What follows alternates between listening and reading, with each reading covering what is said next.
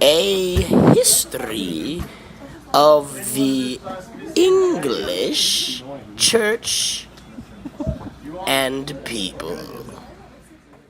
Before we begin talking about the history of the English church and people, we must first talk about Bede. Who is Bede? Let me tell you about him. Although the majority of British people in Bede's day were illiterate and written records were scarce, monasteries, such as the one to which Bede belonged, were dedicated to continuing a tradition of learning. Through the monastery, Bede had access to books and other documents, as well as contact with other learned monks. Using these sources, he was able to generate his history of Britain. His fellow Britons may have been illiterate, but Bede had in mind a larger world of readers for his work, the church to which he belonged, and the Roman civilization in which it participated. Bede wrote his account of Britain for such readers, starting at the beginning with the basics. England is not what you would call a large country. It was formerly known as Albion, which was 800 miles northward, 200 miles in width, and had a coastline of 3,675 miles. This island nation has a lot of ocean surrounding it, which leads to a diversity of life in its nature.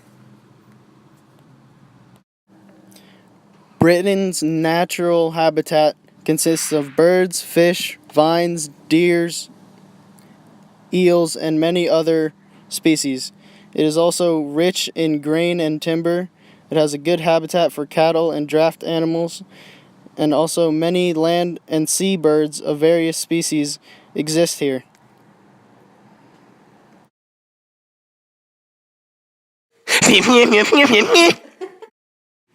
Also, there are many species of shellfish and pearls.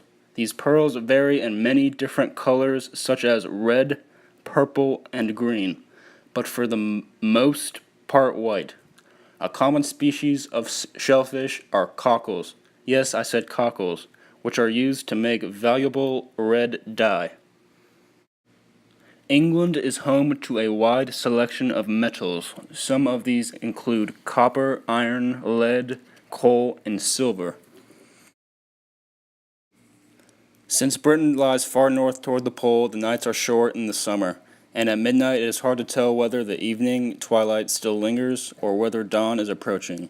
For in these northern latitudes, the sun does not remain long below the horizon at night. Consequently, both summer days and winter nights are long, and when the sun withdraws southwards, the winter nights last 18 hours. During the Anglo-Saxon era, Britain consisted of 4 nations: English, British, Scots, Picts, all of which had separate languages but a united religion. Original inhabitants of Britain came from France. They crossed into Britain from Armorica and occupied the southern parts. Then they spread and possessed greater parts of the island. Located in the northern portion of Britain were the Picts and Scots, the Scots in present-day Ireland and Picts in Northwestern Territory. Over time, these two cultures formed a good relationship and frequently helped one another.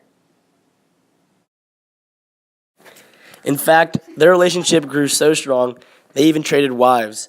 It may sound absurd, but the Scots agreed under the condition that when dispute arose, they should choose a king from female royal line. Speaking of Ireland, they have a relatively nice climate. Snow rarely lasts longer than 3 days, and they have an abundance of milk and honey. The reptiles that live there were brought over from England. Notice me, senpai! Notice me!